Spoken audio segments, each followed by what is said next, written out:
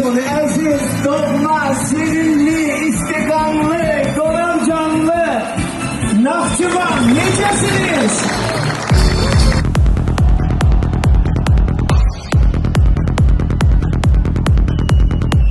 Aziz məzunlar, yolunuz açıq olsun. Aziz valideynlər, gözünüz aydın olsun.